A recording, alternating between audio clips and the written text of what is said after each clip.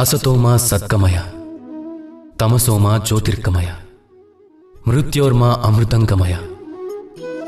మీరు ఎప్పుడైనా ఆలోచించారా? నల్ల రంగు అనేది లేకుంటే అప్పుడు తెలుపు రంగు మిమ్మల్ని శుద్ధం చేస్తుందా?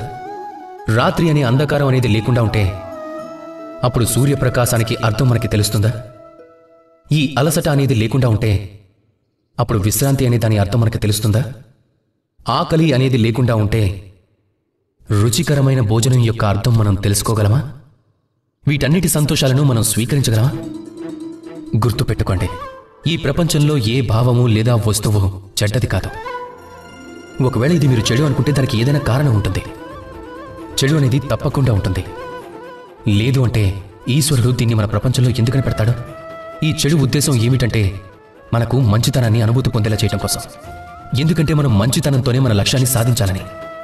అందుకోసమే చెడువారితో ఎప్పుడూ గొడవ పడకండి. ఇదైతే కేవలం మంచితనం అవసరాన్ని తెలియచేస్తుంది. దాన్ని మంచి కోసం పరివర్తన చెందించండి. అసత్యం నుంచి సత్యం వైపుకు తీసుకెళ్ళండి. అంధకారం నుంచి ప్రకాశం వైపుకు తీసుకెళ్ళండి.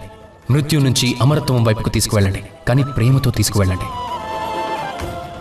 రాధాకృష్ణ.